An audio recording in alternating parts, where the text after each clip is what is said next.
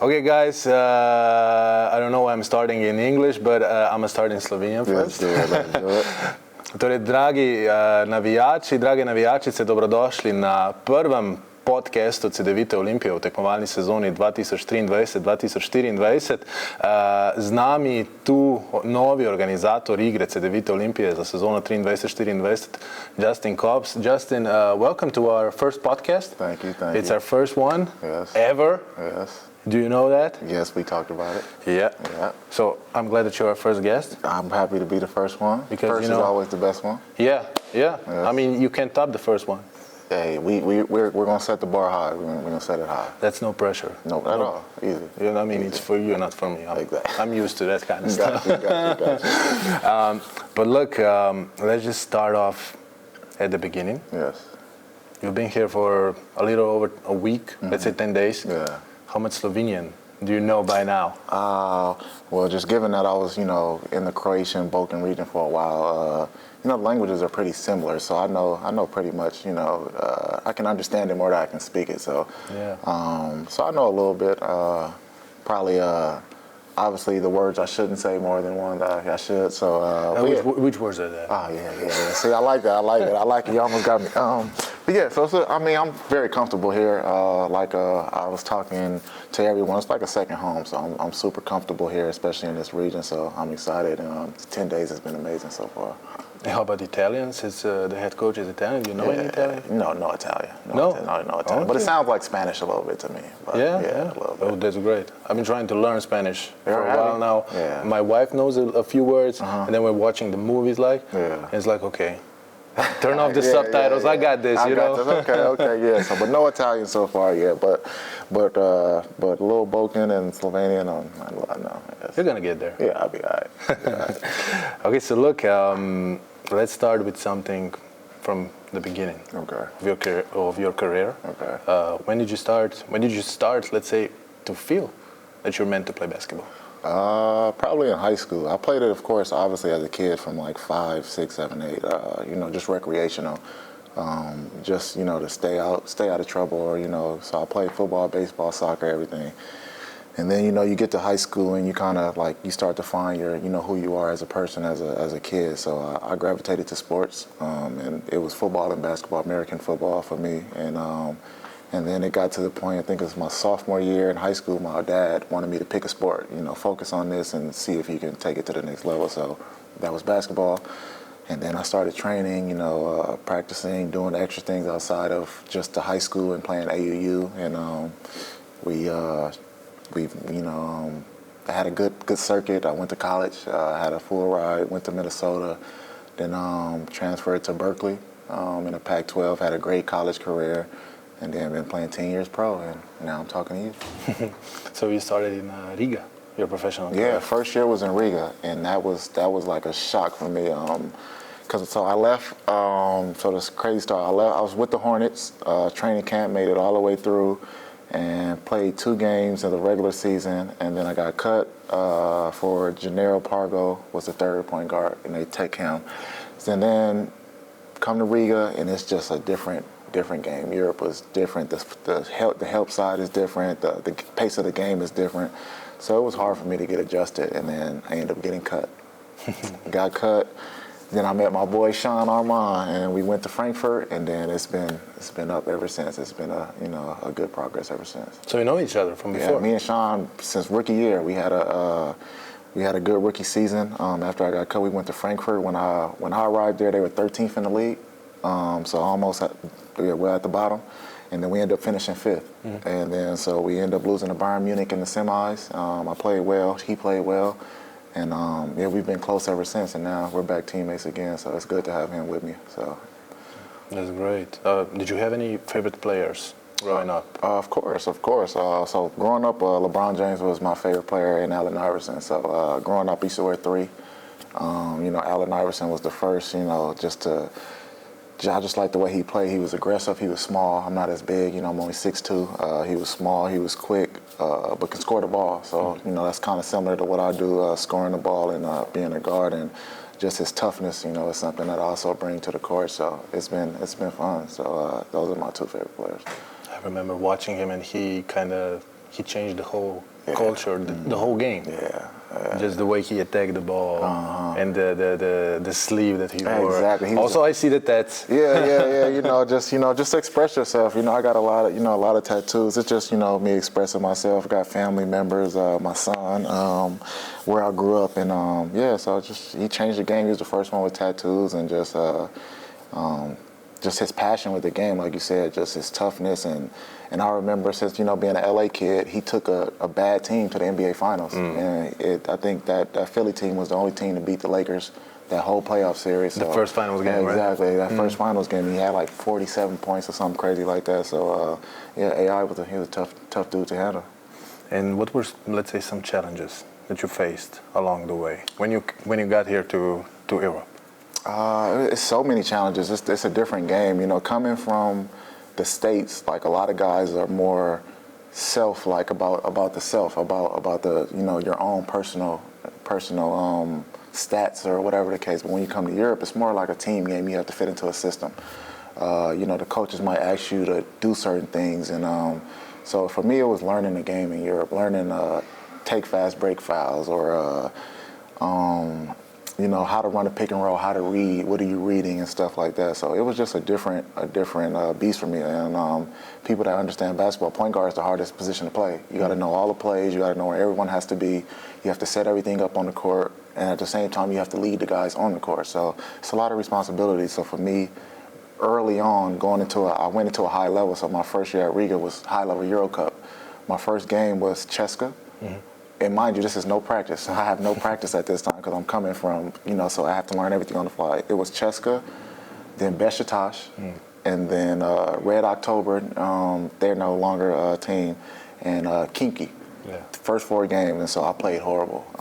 And those were high level. Those are tough 3, teams. So 2 Euro Cup teams, and then VTB was the top EuroLeague team. So it was tough for me, but so I think that was like the hardest thing, because I remember calling my parents like, I just left, the NBA is, quote unquote, the highest level of basketball, and I can't even score a bucket over here. It was just like mentally hard for me, but I ended up staying with it, and was able to have a good rest of the year in Frankfurt. So that was good for me. So family is an important part of your life? Yeah, of course. I mean, we all come from, different environments, and it's always good to have a good stable base, something to fall back on. So when, things go wrong, family don't change. All this other stuff is temporary. Like, teammates, you might have different teammates, you might have a different coach, but family doesn't change. So they've always been the backbone. They've always been something to fall back on. So family is always big, so just make sure, like, mom and dad have always been there. So that was big for me. Let's talk Cedevita Olimpija. Let's do it. Cedevita Zagreb. Let's do it. First, you were over there. Yes, I was. And what was it like? That 1 year? So the first year was a little bit of chaos. New coach, Spanish coach, a lot of Spanish players. Let's just say didn't go so well. So we had to make a lot of adjustments. And then another guy that we're all familiar with, Jacob Pullen, came to save the day. Played extremely well, and me and him played off each other, and we were able to make the semis of the playoffs and play really well, and Euro Cup in both competitions, and it was a great time, and I met a lot of these guys that I know now, and that was the start of me playing in the Balkan region and finding my second home, which I love so much. I remember that season when you were in Zagreb. Was my first year with Olimpija, Petrol Olimpija. We got to Zagreb in the beginning of December. And it's a tie game early in the fourth. Yeah. Then you start play. Yeah. Then Jacob starts to play. Then suddenly it's a 15-point game. Yes. I mean, that was a crazy team with a lot of offense. Yeah, it's kind of similar to this situation here with Sean. We had a lot of guards that can score the ball, and Jacob, he's been around, EuroLeague guy, and guy that's always been 20 plus points off the bench sometimes, and so we just had a lot of guard power, and that's what we do as guards. I think we're, two guys with a killer instincts. We like to go out there and impose our will on the game, and especially in the fourth quarter, that's when it's time to play. You want to make plays and win the game. Then you went to Budućnost? Went to Budućnost. Yeah, you were there for 3 years. 3 years, yeah. 3 years, yeah. Got a passport also. Yeah, yeah. So, Did you like it so much in Podgorica? it was cool. It was, like I said, it was like this region has been amazing to me. The people, the great fans. Of course, they definitely let you know when you have a bad game, for sure. They'll let you know that. But the region is just like been so supportive, like, from Croatia to Slovenia to, Budućnost, not so much Serbia, obviously, for, many reasons. But it's been amazing. I love it. The basketball is just moving up. It's a lot of good young players.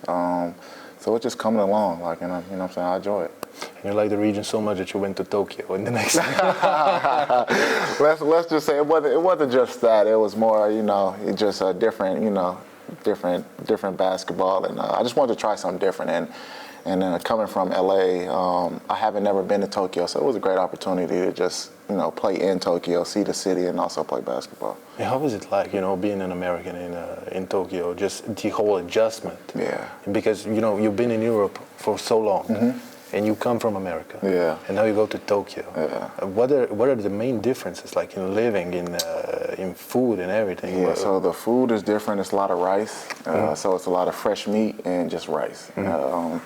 It wasn't too difficult, but the way of life is different. Like everything is, everywhere you go, you take off your shoes. You can't. There's no shoes inside. You have to wear your socks or inside shoes.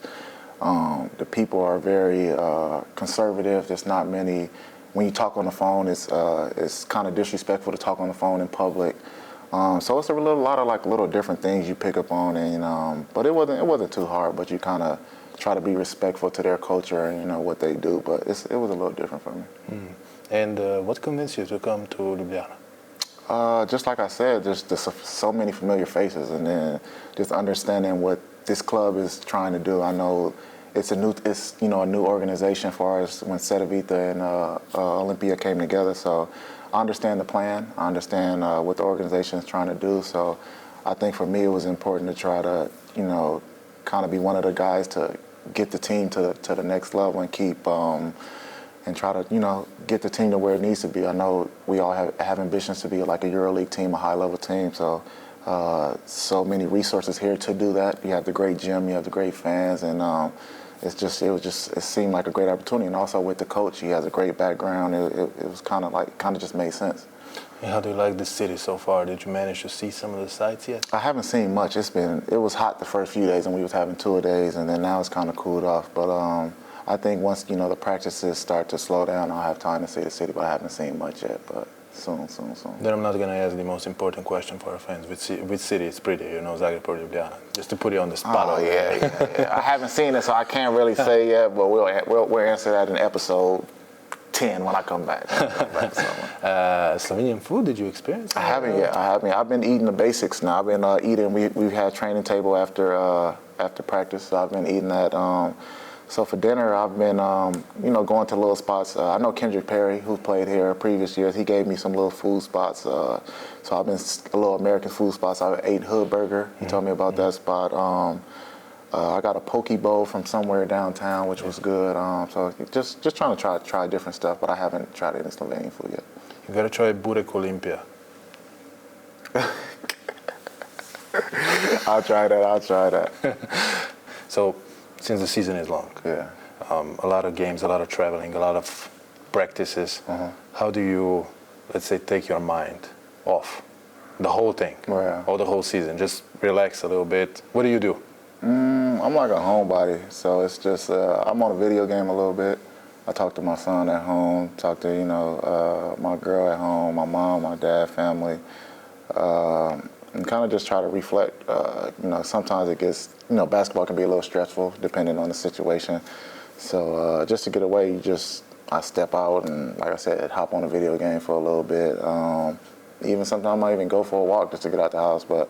So just a homebody, so I don't have really a crazy routine that I do, but I just kind of once I leave the gym, I'm not even really thinking about basketball unless I'm watching it, so it's kind of not too hard for me. Which video games do you play? Call of Duty, of course. Anybody add me on Warzone. Call of Duty, of course, 2K, FIFA, big FIFA guy. And then obviously the American football Madden. Which team are you in FIFA? FIFA, I'm always gonna go with like PSG or like Bayern Munich or somebody. The pretty good teams. Mm-hmm. Yeah. Pretty. So. You don't play with Richmond from Ted Lasso? No. Come on, man. That's a great series. It probably is. You haven't watched it? I haven't. Okay. But actually, Sean just told me the other day he went to the soccer game. Did they lost the other day? I think so. Yeah. I think so. Yeah. Okay. Yeah. I should have went. I was gonna go, but again, we was having those 2 practices, so stayed at home and rested a little bit. And Sean went to the game, and he said it was a good game. I know they're in first place. I think they're still in first place, but yeah, he said they lost that one game. We got a lot of great sport here in Ljubljana. We got hockey, soccer. Mm-hmm. I mean, and we're all connected between it because every club is part of the Dragon family. You're right. And the hockey team, they usually have 2,000, 3,000. I don't know how much. Do you like hockey? Do you? No, I'm not. Not really a big hockey guy. I'm from Cali, so I hate the cold. You know what I'm saying? So that's understandable. Yeah, so I'm a Cali guy, so not really a cold person, but I can watch it. I've probably only seen one game in my entire life. So I haven't watched it, but soccer I can definitely go to a soccer game and understand the game, understand what's going on, and so that's something I'm interested in for sure. What's your favorite American football team? American football team. One of my best friends, Keenan Allen, plays for the Chargers, so I'm always gonna rock with the Chargers. They should do well this year, so Keenan, you know what I'm saying? Make sure y'all play well, stay injury free. But yeah, so I'm a big Charger guy. And baseball? Baseball, not a big baseball guy. Not a big baseball. Nah, my dad played baseball. My mom played softball, yeah. Which is the women's version of baseball. But yeah, never really played much. And how do you balance, being here in Europe? Is your family with you? No, they're not with me now. My son is about to be 4, and he was like a COVID baby, so he was born during COVID. So. I think it's important for him to be in school right now, be around other kids, because for the past 2.5, almost 3 years, he was just with us. So it's good for him to have those intellectual skills with other kids, and interacting with other kids will be help his development also. So this year he's going to stay in American school and make sure he develops the way he needs to. So this will be one of the first years that I am alone by myself. Mm-hmm. And how has, let's say, your perspective on life and on basketball changed as you, let's say, got older? Yeah. Even though you're not old. Right. Because we're the same age, so sure. we're not old. Yeah, we got a lot of life to live. But it just shows you, you just meet a lot of great people. Coming from where I come from, which is Los Angeles, the inner city, not much money or whatever. You just meet a lot of great people. There's great people all over the world. Great people that have so many tremendous different stories. Upbringings where they come from. You see somebody like Jokic, who's grew up on a farm and then to become this great basketball player, and then different guys with just different backgrounds, and you're just appreciative that I'm able, a kid just from the local city in California to be able to see the world and play in Tokyo, Istanbul, Germany. So I'm just blessed and appreciative. So it's just I'm always humbled to always meet new people, talk to new people, or say, hey, what's your name? What's your story? And just stay present in the moment, because what we do as professional athletes is a rare thing, and to be able to travel the world and do what I love, I'll never take that for granted. So I always appreciative and just like a humble experience, and just always stay in the moment. So that's what I can say I've learned, and since I'm maturing and getting a little older. Do you got any anecdotes? Any fun stories? Funny stories? Yeah, from the 10 years. I'm sure you got a lot. From what though? From your 10 years playing basketball professionally in Europe, and you've been in ABA League for so long. Yeah. I'm sure that you got a lot of them. I don't really have any funny stories. It's just the difference is the coaches. In America, coaches are very do this, and overseas they're more they're very animated. You see a lot of a lot of this stomping, and they're a little more expressional. They're very expressive. So I don't really have many stories. I've been not many stories I can tell you. you know. That's probably the best. Yeah. I can best. tell you some stories, but yeah, it's better that I just say, I don't have many two stories. So as our fans don't know you quite, they know who you are. Right. But let's say, how do you, just relax, it's okay. How do you, let's say, in the States, how do you give back to the community? What do you like to do, let's say, off the court, some charity, stuff like that? Yeah, so off the court, it's just, like I said, I come from the inner city in Los Angeles, so just helping kids understanding that you could be anything you want to be. You don't have to be in the streets. You don't have to steal. You don't have to rob. You don't have to join this crew just because they're cool. Like, do what you love. You like, be a kid if you that's what you want to do, and you don't have to follow what's in at the time. You don't have to do all these things. So for me, it's just, I talk to the young kids that's playing basketball that, to take it serious, because this basketball, this little orange thing can take you all over the world.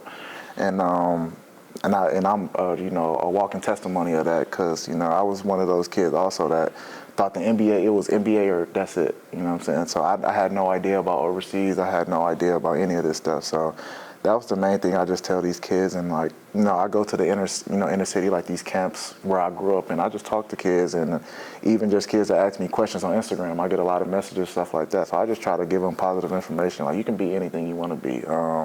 And at the same time, if you do take this, basketball stuff serious, at least, what's the word? At least, what am I trying to say? Don't take it for granted, like I said, because it could be, but yeah, you'll have to edit that out. Yeah. No, I'm not gonna do it. It's one take. That's Okay. Hey, so you talk about the NBA a lot. Right. You got quite a famous cousin. Yeah. Well, actually, I don't know who actually put that out there. So, growing... It's on Wikipedia, man. It's true. I don't know who does Wikipedia, but that's not true. So, long story short, okay, so when you're kids, you're growing up, you guys are close. So, obviously, it's like a thing like, oh, we're close, it's like my cousin. But he's a good friend of mine. We're not cousins, we're not related. So, Russell is a great friend of mine. He's done tremendous things, but we are not related. Somebody's got to edit the Wikipedia. Yeah, because I got the wrong info. Please change that. We are not cousins. Okay. Not any more questions about that. But listen, we're coming to an end of this podcast. It's almost over? Look, man, I told you we're gonna be short. I gotta come back there. I mean, we can, keep going. Yeah. Okay. But listen, do you got any message for the fans? Because, like you said, it's a new story. Yeah. It's a new team. Right. And the new season is basically here. Yeah. There's a couple of friendly more games, and we're good to go. Yeah. So what I can say is we've been working extremely hard. The team's coming together well. Coach has implemented a great system. He's pushing us every day. I hope you guys just come out and support. Like I said, I'm excited about the new organization. We're coming together and trying to keep building to be that big EuroLeague team one day, hopefully sooner than later.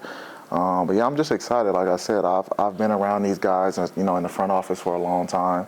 I understand their ambition, I understand their goals, and I'm excited just to help them reach them. So message to the fans, please come out and support. We're gonna work our butt off. We're gonna give you everything we have.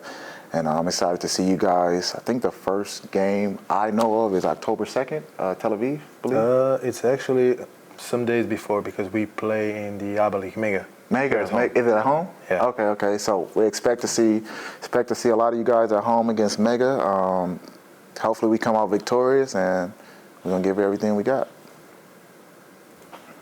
So thank you very much. Of course. But to conclude everything, we still got some quick questions. Let's do it. To which you have to answer. Let's do it. Without thinking. No problem. Okay? Quick. Rapid fire. Favorite food? Pizza. Let's book you read. Haven't read one in a long time. Audiobook. Okay, let's Cobbs. Okay. 3 things you can't live without. Family. Shit. That's I also got a problem family. with it. I'm sorry, I'm addicted to the cell phone. I have to have a cell phone and water. Okay. Favorite sport next to basketball? American football. Your favorite home cooked meal? Oh, tacos. 3 favorite things to do in your free time? Video games.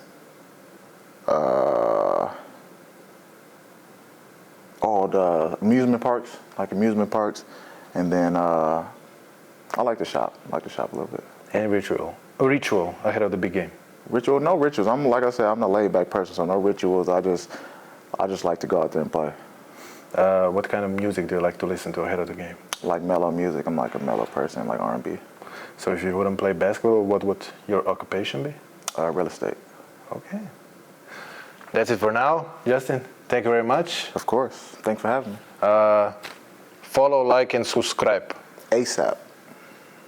Thank you very much, guys. Najlepša hvala vsem, ki ste nas sledili in se vidimo naslednjič.